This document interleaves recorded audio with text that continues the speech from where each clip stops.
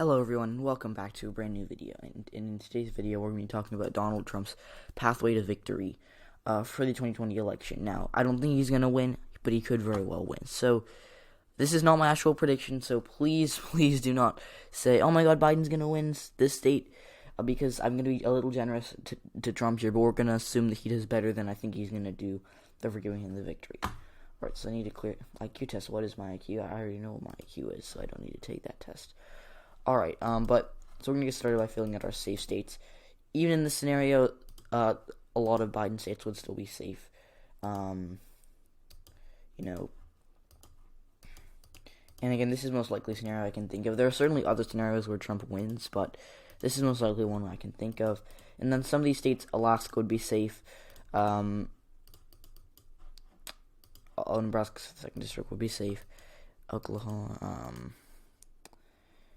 I do believe that the Mississippi would be safe, as would Indiana. But, I want to make Missouri safe, but I just don't, I'm not sure about that. So I'm going to make it safe just to be generous towards Biden, or towards Trump. But, again, that's not what I think is going to happen, So I'm only going to touch. Alright, so that's it. 212 for Biden. Now, notice I usually put Minnesota and Michigan in the likely column. Not really right now. And then the likely Republican states, you have to go down here, fill out South Carolina, Texas, and I do think that he would win Maine's 2nd district by a likely margin in a scenario where he wins the election, which I don't think he is going to win, by the way. But yeah, and then no, I'm not going to do that just yet. So now we're down to our lean states, and now we're going to actually start talking about some states. Minnesota would still be lean. I don't see Trump winning Minnesota or Michigan, so that's already a flip for Biden. So you can just see he's already outperforming Hillary Clinton. Donald Trump literally won Michigan by the slimmest of margins. He won by a couple thousand votes spread across a big state, and he won by an average of 2 votes per precinct. So that's not good news for him. And he was running against Hillary Clinton. He still won Minnesota, or she still won Minnesota. It was close for sure, but I do think Biden's still going to win it 90% of the time. So this is a likely scenario. This is not a Trump-esque scenario, because in a best-case scenario, he'd be winning Nevada. He'd be making New Mexico closer. He'd be winning Minnesota. He'd be winning Michigan. So, or no, probably not Michigan, but yeah. Now, the lean Republican states, he'd still win in Iowa and Ohio by a lean margin. I was actually considering putting one of these states in the likely column, but I don't think that's going to happen. Now, in a best-case scenario, it would, but not in a normal just Trump victory scenario. He'd also win Georgia, and now this is where it gets pretty tough. We're at 204 electoral votes. Usually, I would like to give him 234. So we adding on Florida, but we have to add on some other stuff, some other states. So yeah, so we have 90 toss-up electoral votes in this scenario. What's the first thing we can do? Well, first we have to give him the 2nd district of Nebraska by a lean margin, which is usually a tilt Trump state, but we'll give it to him by a lean margin. Now, Hillary Clinton she only lost this by a tilt margin, so it's tough for Biden to underperform Hillary, but he might be able to do it in this district just by a couple votes. So that would bring it barely into the lean column. Now, I'm going to give Joe Biden the state of New Hampshire, all right, by a tilt margin. And you know what?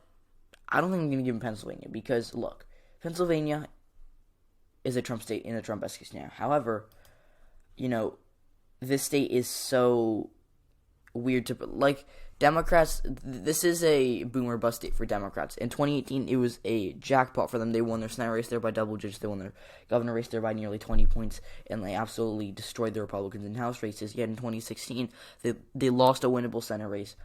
They lost House seats, and they lost the presidential election, and that ultimately cost them in these 3 Rust Belt states. So I'm not going to touch Pennsylvania just yet for Joe Biden or for Donald Trump, but I am going to give Trump.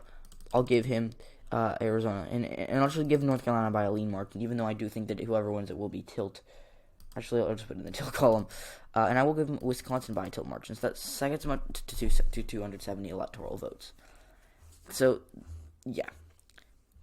He has to win Arizona to win the election. Now, I don't think that he'll be able to win Arizona. as of right now because of Mark Kelly, but he has to hold on to Maricopa County, get out the older vote, and there are a lot of seniors in the suburbs of Phoenix. Suburbs of Phoenix are pretty moderate, but you have a lot of senior citizens who like to golf, who are kind of not happy that the Democratic Party is shutting down golf courses. Like including my grandparents who are down ballot Republican voters who live in the suburbs of Phoenix, Arizona. So those are 2 votes for Donald Trump in Arizona, and then in Florida, I still think that Biden is going to lose Florida, but I think that maybe Trump would win it by like 1 point as opposed to 0.1%. So like in this scenario, but yeah, and then. He just hoped that the older vote in the Panhandle doesn't totally turn against him, and that he does damage control there. And as we all know, he has to he just has to get like 1% more in Miami-Dade County, which is the biggest county in Florida, and then he'll probably be able to hold on to it. So he has the ability to do that. Seeing he has a lot of support in Florida, and then North Carolina. You know what? I'll be generous and I'll put it in the lean call, even though I don't want to do that, because generally putting North Carolina in the lean column for either party at a presidential election is a bad idea. It was a lean Trump state in 2016. We have to understand demographic trends and the fact that Joe Biden is outperforming Hillary Clinton in every single demographic, with the exception of Latinos, but Hillary Clinton is only outperforming him with Latinos by like 1%. And that doesn't matter in North Carolina because North Carolina is not a huge Latino state. All right. Now, Pennsylvania, I want to give it to Trump, but you know what? I'm going to be real here. I don't think Trump's going to win. There are people who are going to get mad at me for saying this because I can never please everyone, but this is honestly the most realistic scenario where Trump wins. There are other scenarios, like he can certainly carry Pennsylvania. He can certainly carry Nevada. He can certainly carry the state of Minnesota.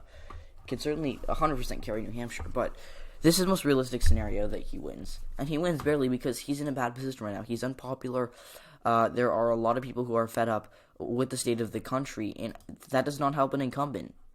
And, Joe Biden, he may be old, he may be part of the establishment, but he offers a return to normalcy.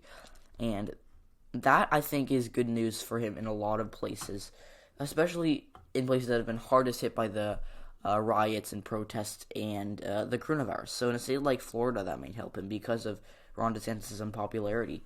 In a state like Arizona, where they really like moderates and establishment-type candidates, that's why I think he's going to win Arizona. So, do I think that Trump's going to win? No. But I'm not going to... I disregard... I did not think... For example, I did not think that he'd win Wisconsin in 2016. That was a complete shock to me. I said maybe Michigan, but not Wisconsin. I did not think that he'd come close to winning Minnesota. I did not think that he would really... I don't really think that he'd end up making a play for either of these states. I did not think that he'd win Iowa and Ohio by so much. So I did underestimate him in 2016. Sure, I got and I want to say I got some states right. I got Pennsylvania right. I got North Carolina right. I got if Arizona was a swing state, I got that right. But honestly, I don't see Trump winning re-election. I was much more confident at this time in 2016 that Trump was going to win than I am now, and that says a lot about him. So guys, thanks for watching this video. Be sure to check out all the links in the description. Follow all my social media accounts if you can. Be sure to like and subscribe. That's all I'm going to ask. It's 2 clicks, literally. It helps me out so much. I cannot tell you. So, thank you all, and we'll see you tomorrow.